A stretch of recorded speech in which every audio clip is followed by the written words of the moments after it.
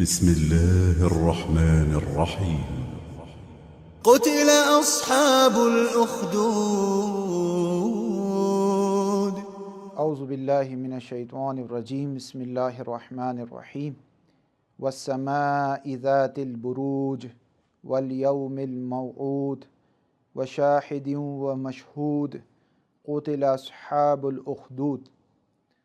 سورہ مبارک بروج میں واقع اصحاب اخدود کو بیان کیا گیا ہے اور اس کی ابتدا قسم کے ذریعے سے ہو رہی ہے.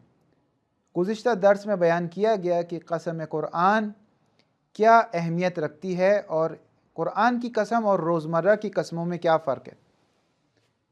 آج پہلی آیت میں والسماء ذات البروج، پروردگار قسم کھا رہا ہے آسمان کی قسم جو ذات بروج ہے. بروج برج کی جمع ہے. برج عربی زبان میں کہتے ہیں اس چیز کو جو ظاہر ہو، واضح اور آشکار ہو.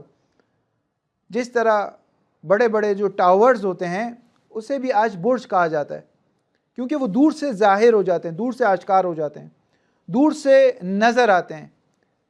تو قرآن مجید فرما رہا ہے وَالسَّمَاءِ ذَاتِ الْبُرُوجِ، قسم آسمان کی جو صاحب بروج ہے، یعنی صاحب ستارہ ہے. وہ آسمان جس میں ستارے ہیں، تارے ہیں، کہ یہ ستارے بھی انسان کو دور سے نظر آ جاتے ہیں. تو بروج سے مراد قرآن مجید میں ستارے لیے گئے ہیں جو دور سے انسان کو دیکھنے والوں کو نظر آ جاتے ہیں. یہ پہلی قسم کھائی گئی آسمان کی.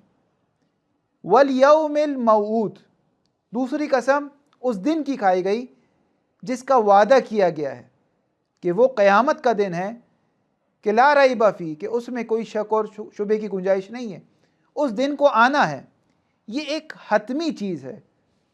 اس میں ذرہ برابر بھی احتمال خلاف کی گنجائش نہیں ہے. ایسا نہیں ہے کہ ہو سکتا ہے ہو سکتا ہے نہ. یہ حتمی طور پر قیامت کو آنا ہے، اس دن کا وعدہ کیا گیا. اور تیسری قسم کھائی گئی وہ شاہد و مشہود، شاہد اور مشہود کی قسم. کہ شاہد اور مشہود سے کون مراد ہے؟ یہاں پر آپ دیکھتے ہیں کہ 30 سے زیادہ ہمارے پاس احتمالات ہیں کہ ہو سکتا ہے شاہد سے مراد یہ ہو سکتا ہے مشہود سے مراد یہ ہو. بعض اوقات روایت ہمارے یہاں تفسیر کرتی ہے اور بعض اوقات روایت تطبیق کرتی ہے. تفسیر سے مراد یہ ہے کہ ایک لفظ ہے، اس کا معنی واضح نہیں ہے، اس لفظ کے چہرے پر نقاب ہے. جیسے عربی میں خواتین نے اگر نقاب پہنا ہو اور اگر وہ اپنا نقاب الٹ دے تو اس کو کہا جائے گا فسرت المرأۃ، ایک خاتون کا چہرہ روشن ہو گیا، اس نے اپنا نقاب الٹ دیا. اس طرح بعض اوقات الفاظ میں نقاب ہے کہ اس کا معنی کیا ہے، اس کا ظاہر معنی کیا ہے، کیا قرآن نے اس لفظ سے مراد لیا ہے. تو روایت میں، احادیث میں اس کی تفسیر بیان کی جاتی ہے، اس کے معنی کو واضح اور آشکار کیا جاتا ہے. اور بعض اوقات روایت تطبیق کرتی ہے، یعنی مصادیق کو بیان کرتی ہے. جیسے نبأ عظیم ہے، کہ نبأ عظیم سے کیا مراد ہے. ایک روایت میں آپ دیکھیں گے مولا کائنات کی ذات ہے، امام علی کی ذات ہے نبأ عظیم. ایک روایت میں نظر آئے گا کہ قیامت کی ذات ہے. ایک روایت میں مثلاً آئے گا کہ فلاں ہے. تو یہ ساری روایت ایک دوسرے سے تعارض نہیں کرتی، ایک دوسرے کے مد مقابل نہیں ہے، بلکہ تطبیق کر رہی ہے. یعنی ایک معنی ہے جس کے یہ سب مصادیق ہیں، یہ سب اس کے افراد ہیں. شاہد و مشہود میں ہمارے پاس 30 تفاسیر ہے یا تطبیقات ہیں جو مختلف معنی کو بیان کر رہی ہے. لیکن جس معنی پر سب سے زیادہ اتفاق ہے وہ یہی ہے کہ شاہد سے مراد خود رسول اللہ کی ذات ہے، کیونکہ قرآن مجید میں رسول اللہ کو شاہد کہا گیا ہے. اِنَّا أَرْسَلْنَاكَ شَاهِدًا وَمُبَشِّرًا، کہ رسول ہم نے آپ کو بھیجا ہے شاہد بنا کر، بشارت دینے والا بنا کر. تو شاہد سے مراد خود رسول کی ذات ہے. اور مشہود سے مراد قیامت کا دن ہے. مشہود سے مراد قیامت کا دن جہاں رسول اللہ ہمارے اعمال کو جو انہوں نے دیکھا ہے، ایک ایک امت کے ایک ایک اعمال پر جو ان کی نظر ہے، جو قیامت میں یہ روز قیامت کو مشہود کہا گیا ہے. بہرحال مزید بھی اس کی تفاسیر ہے کہ شاہد سے مراد جمعے کا دن ہے، مشہود سے مراد عرفہ کا دن ہے، یا شاہد سے مراد عید الاضحیٰ ہے اور مشہود سے مراد روز عرفہ ہے. لیکن میں نے آپ سے کہہ دیا کہ جس بات پر زیادہ اتفاق ہے وہ یہی ہے کہ شاہد سے مراد رسول کی ذات ہے اور مشہود سے مراد قیامت کا دن ہے۔ قتل اصحاب الاخدود، اصحاب اخدود پر ہلاکت ہو۔ یہ اصحاب اخدود کون تھے؟ یہ وہ ظالمین تھے جنہوں نے یمن کے شمالی علاقے میں، یعنی جو نجران کا علاقہ تھا، وہاں پر جو عیسائی افراد تھے، اس وقت عیسائیت دین حقہ تھی، عیسائی مؤمنین تھے جو حضرت عیسیٰ کی تعلیمات پر باقی تھے اور اپنے آپ کو شرک سے آلودہ نہیں کیا ہوا تھا انہوں نے۔ اس بادشاہ نے اس پر ظلم کیا۔ دیکھیں، اصحاب اخدود دراصل یہ یمن کا علاقہ ہے۔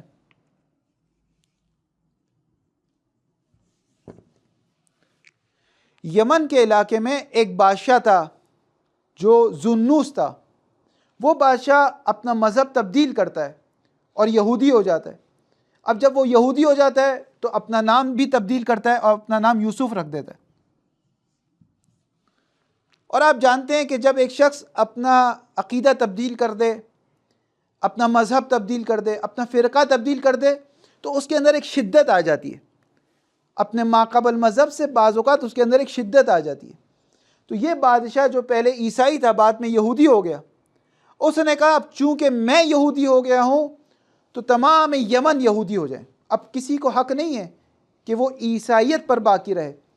اس وقت دین عیسائیت دین حقہ تھی، یعنی سمجھ لیں دین اسلام تھی۔ حقیقی دین وہی دین عیسائیت تھا، وہی تعلیمات جو حضرت عیسیٰ کی تھی اسی پر وہ باقی تھے۔ تو جب اس بادشاہ نے اعلان کیا کہ یمن میں سب عیسائی ہو جائیں، یہ عیسائی سے یہودی ہو جائیں، تو سب عیسائی سے یہودی ہو گئے سوائے ایک علاقے کے جو یمن کا شمالی علاقہ ہے، جسے آپ نجران کہتے ہیں۔ یہ وہی علاقہ ہے جہاں پر بعد میں مباہلہ ہوا تھا رسول کے زمانے میں۔ یہاں پر ابھی تک نجران میں مومنین تھے۔ ان مومنین نے منع کر دیا کہ ہم اپنا مذہب تبدیل نہیں کریں گے، ہم حق سے پیچھے نہیں ہٹیں گے، ہم یہودیت کی طرف نہیں جائیں گے، ہم اسی عیسائیت پر باقی رہیں گے۔ تو یہ جو بادشاہ تھا ذوالنوس، جس کا بعد میں نام یوسف ہو گیا تھا، اس نے کہا کہ ہم ان افراد کو، ان مومنین کو سزا دیں گے، اور سزا کے طور پر انہوں نے اس علاقے میں خندق کھودی گئی، جس کو اخدود کہتے ہیں۔ اخدود اردو میں خندق کو کہتے ہیں۔ اس لیے آپ دیکھیں عربی زبان میں انسان جب مسکراتا ہے یا انسان جب گریہ کرتا ہے تو اس کے یہاں پر اس رخسار پر ایک خط ایجاد ہو جاتا ہے، اس کو کہتے ہیں خط، گودال۔ یہاں اس جگہ کو بھی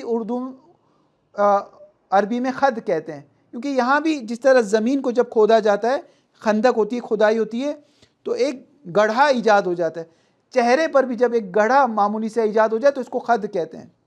تو اصحاب اخدود یعنی اصحاب خندق، یعنی وہ افراد جنہوں نے خندق کو کھودا اور اس میں مومنین کو جلا دیا۔ قرآن نے کہا قتل اصحاب الاخدود، اصحاب اخدود پر ہلاکت ہو، مرگ ہو، موت ہو اصحاب اخدود پر۔ ان لوگوں نے ان نجران کے مومنین سے کہا کہ تم لوگ بھی یہودی ہو جاؤ۔ انہوں نے کہا نہیں، ہم دین حقہ پر ثابت قدم رہیں گے، ہم دین حقہ پر باقی رہیں گے۔ تو اس بادشاہ یوسف کے کہنے پر اور جو اس کی فوج تھی، انہوں نے نجران کے مومنین کے لیے ایک خندق کھودی، زمین میں گڑھا کھودا، جس کی لمبائی 40 ذراع تھی، یعنی تقریباً 20 میٹر اس خندق کی لمبائی تھی، اور اس کی جو ڈیپتھ تھی اس خندق کی وہ 12 ذراع تھی، یعنی تقریباً 6 میٹر۔ 6 میٹر زمین کے اندر اور 12 میٹر طولانی ایک 7 خندقیں کھودی گئی، اور اس خندق میں پھر ان مومنین کو جلا دیا گیا، ان مومنین کو ڈال دیا گیا۔ جن کا گناہ کیا تھا؟ جن کا گناہ فقط یہ تھا کہ وہ مومن تھے، وہ خدا پر ایمان لائے تھے۔ ان افراد کو جنہوں نے ظلم کیا، ان افراد کو کہتے ہیں اصحاب الاخدود، خندق والے افراد، مومنین کو خندق میں گرانے والے افراد، مومنین کو آگ میں جلانے والے افراد۔